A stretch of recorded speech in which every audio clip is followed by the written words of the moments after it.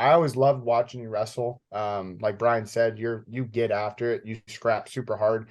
Anytime I would watch you wrestle, whether it was, against some of the top guys in the country or not, I always was like, this guy's in it. Like this guy going into a match, I'm like, if on a bracket or something, I was like, Doug could win that. He's scrappy. He could come out on top of any match.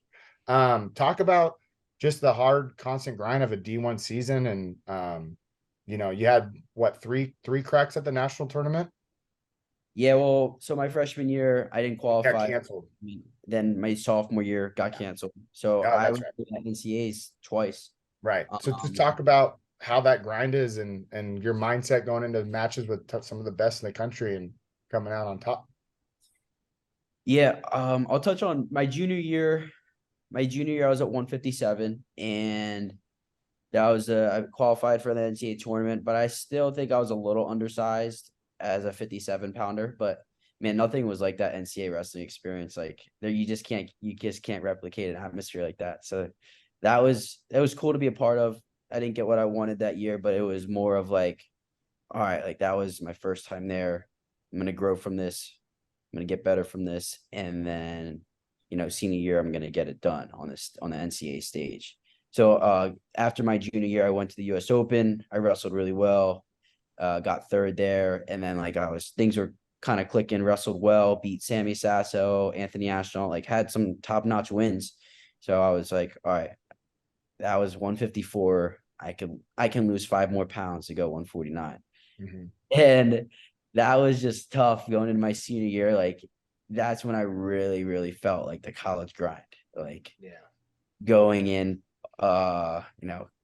cutting a lot of weight to go 149, and then repetitively after each week, it's like you weigh in at 149 on a Friday night, Sunday or Friday, Saturday, and then on a Sunday or Monday, you check your weight and you gotta lose 10 to 15 pounds again. Is And like that just is that how big you would get between weigh-ins? I won't lie, like I would weigh in at 149, and like I'm a very disciplined guy to where like, all right, I'll have a cheat meal, but like the next day, like I'm back on like what I'm eating. Like, I don't want to just go like this in my weight, and that's when like it gets grueling. But there'd be most times I'd weigh 149, and then I felt like I didn't eat much, and I'd be in the low 60s. I'm like, oh, I got to do this again. After like the fifth or sixth time, it gets old, but it's just college wrestling. Did It's any of your coaches kind of influence you to make that decision to go back down to 49s? No, no, really, it was all me. My coaches were just like, listen, we'll let you make this decision on your own. I mean, it was clear that it was going to benefit our team, but for me, I think I would have had like a what if in me if I didn't do it. Like if I went into my senior year at 157, I'd probably today think, man, what if I went 149 and gave myself that opportunity? Like what could have happened? So I don't look back at it with regret, but it was tough. But I knew going in it was going to be tough. Yeah. Does Penn have a nutritionist? Yeah, I got a lot of good information and support from our nutrition team. So that's what I really focused on. Like I was really thinking like I got to do the right things because I don't want my weight to affect me. So I got a lot of good insight from Penn Nutrition. So I was very grateful for that throughout the fall. Like just like adjusting my diet in some ways of obviously I have to reduce my calories, but like what do I need to be what foods do I need to be eating at what time of the day? Yeah. Yeah. Would you do like any kind of like intermittent fasting or anything like that? So I've never done something like that, but I do hear a lot of good reviews. I don't know if you ever done it, but I hear JB talk about it. I hear certain guys talk about like liking doing it, but I've never done it myself. I've Sean, have you ever done that stuff? Yeah, I've done it. I used to do I'm trying to think of the app that I used to have. Gosh, I might have it still, but basically it was a timer app and I would basically fast for 18 hours and then I could eat for 6, right? So, Like whatever you want for 6. pretty much like I mean, I wouldn't go crazy, but I would have my good meals, but I would have a good amount of food in that 6 hours. Mm. Um, and then the 18 hours, because I was working a shift like schedule, so it was a little bit different time that I was up. But in my first workout of the day was wrestling practice because I was working nights. So I'd get up at like 2:30, hit practice at 3:30.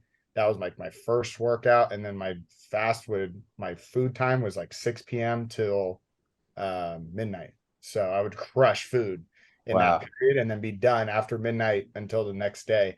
And you definitely feel it, like your metabolism gets into, like, it kicks into a new gear, and you feel it during your workouts. And it was just really hard for me to do that over and over and over with like a crappy sleep schedule, sleeping during the day Yeah. and all that. But if people can make it work, and that's obviously extreme, like you don't have to do the 18-6. Some people do 12-12 or Mhm. 15 whatever, so it just depends. But I think it's beneficial. I think maybe I'm sure a lot of guys in college are trying it. If Yeah, it for works, sure. it's kind of just, if it works for you, it works for you. If it doesn't, it doesn't. Yeah. Yeah, I You think said that's a that good way to JV swears by it.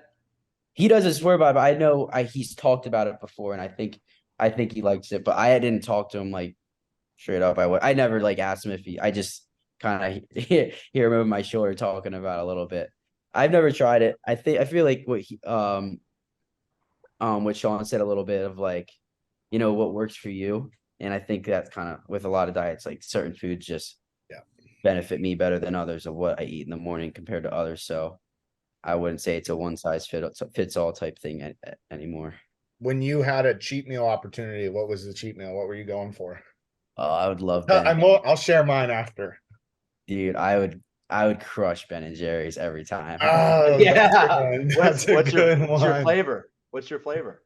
I loved coffee Buzz. I don't know if I I've haven't heard had of that that. one. Big coffee guy. You don't I, like coffee ice cream? I do. I love coffee ice cream. I don't think I've had that flavor though. I loved it. Me and I like the fish food. everyone would get it.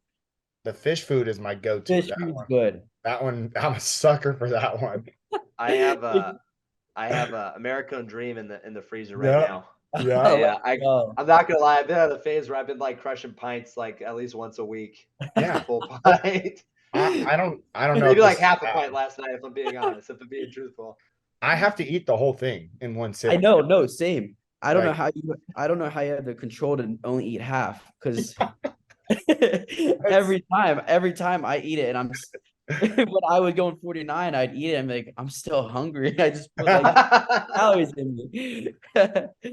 But Well, every time I would have it in my freezer before like we would go down to do the pre-meet. I'd like just like out that day and get it just to get me excited.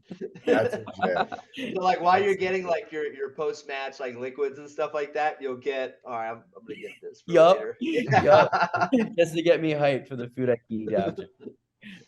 That's legit.